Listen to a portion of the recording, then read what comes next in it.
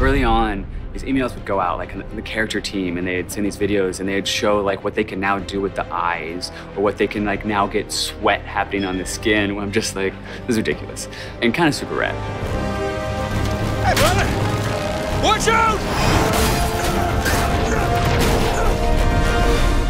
To see what Uncharted on a next-gen console is going to look like, that was a question we just had to find out for ourselves. I think the biggest design thing that came out of the new hardware was literally just the bigger spaces. We have bigger levels than we've ever had before. Maybe 10 times the size, at least, of explorable space. The challenge for us is, and the thing that's been super hard, is like, how do we give you more choices and make the pacing feel just as intense as when things have been more linear for us? It does introduce challenges as far as telling a very specific story. Well, you still have point A to point B, you just have different branches now to get there. So you've got 3 or 4 different ways to get there, but you still have to get there. Now, the complexity comes in that every one of those ways has to be thought out and well designed. And we were able to kind of stick by kind of a core tenet of, I think, of what Naughty Dog's art is all about, which is this handcrafted, this very hand-placed, this very, very directed, every step along the way, kind of composition of art. We let you have a lot of choices, but it's like, it's moving forward at a very fast pace. Cut right! Wait, don't worry, I got this! I got this! I don't got this!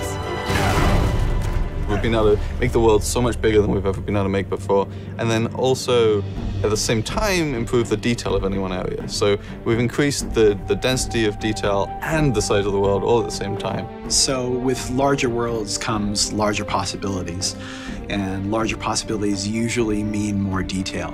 In fact, that's one of the things that we're really shooting for in this game is a higher level of detail on the PlayStation 4 and the experience for our gamers. So the resolution involved in that requires a lot more work and a lot more thought and a lot more time. It's not just, any old dirt will do. It's a very specific dirt, and how wet is that dirt? How many pebbles are pushing up in that dirt? And you take that consideration and you apply it to everything.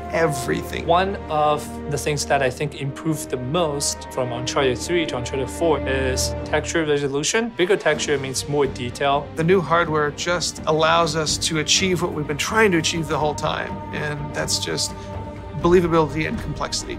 There's a lot of just passion into all these small details that really shines through, and it's because we really empower people who care to make the difference that they want to make. Nathan Drake in-game has at least 11 to 12 outfits, and that's just for Nathan Drake. Think about, we have Elena, we have Nadine, we have Rafe, we have Sully, we have Drake's brother. Everything Suddenly needs a level of thought and scrutiny that we didn't have to do before. It makes a much more rich experience, a much more immersive experience, but it takes a lot of time. Just the quantity of interactable things in the environment. I mean, we really want our jungles and our environments to feel alive. And being able to have hundreds and hundreds of objects that can be destructible and it's moving around. It impacts gameplay in that, your cover can be destroyed, so you have to move around more. But even outside of that, just seeing all this stuff happening, the screen is so much more alive. The world is much more alive. Everyone here respects the craft of making a video game, and that why shouldn't every part of this game be the best thing, the best art, the best, have design really be like serious, considered design and crafted experience for the player. And once that kind of gets into the DNA, it kind of takes over everything. And, everybody from the very top to the very bottom, we do have a structure. We're flatter than a lot of places, but we do have a structure. But everybody listens to everybody. And if somebody has a fantastic idea, they're encouraged to just shout it out and people will listen. That feedback, it's welcome and it's encouraged, and we want that because that kind of format is ultimately going to challenge all of us and challenge everybody to say, like, can we do better? What's most important is when you stand back and you look at the whole, and when you're running through the level and you're experiencing and playing through the gameplay, the environments, the characters, the art, it's all there to just support the experience. It shouldn't stand out as the experience. Hop on!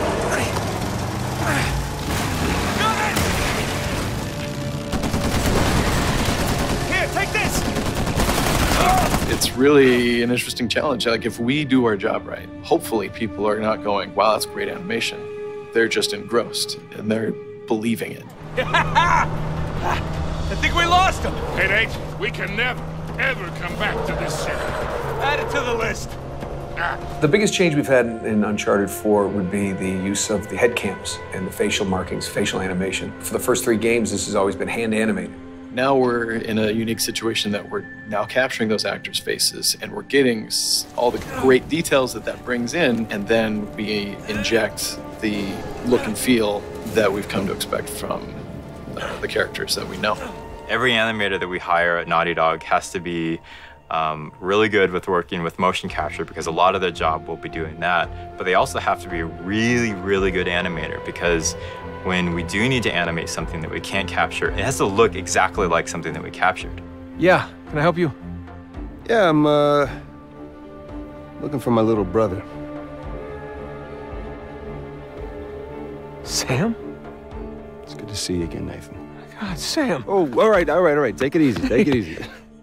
Last gen, you'd actually get a black frame between gameplay and cutscene, which would mean it kind of takes you out of the experience. It's a little tell. Okay, now it's just I'm watching something. So that's been a huge thing that the PlayStation 4 has allowed us to do, that all of our cutscenes are now in-game.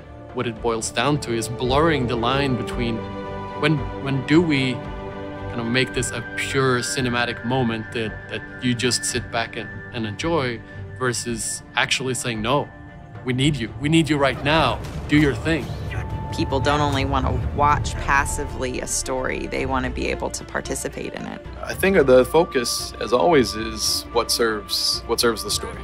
And traditionally, and this isn't any different, we try to keep as much of the big action in the hands of the player.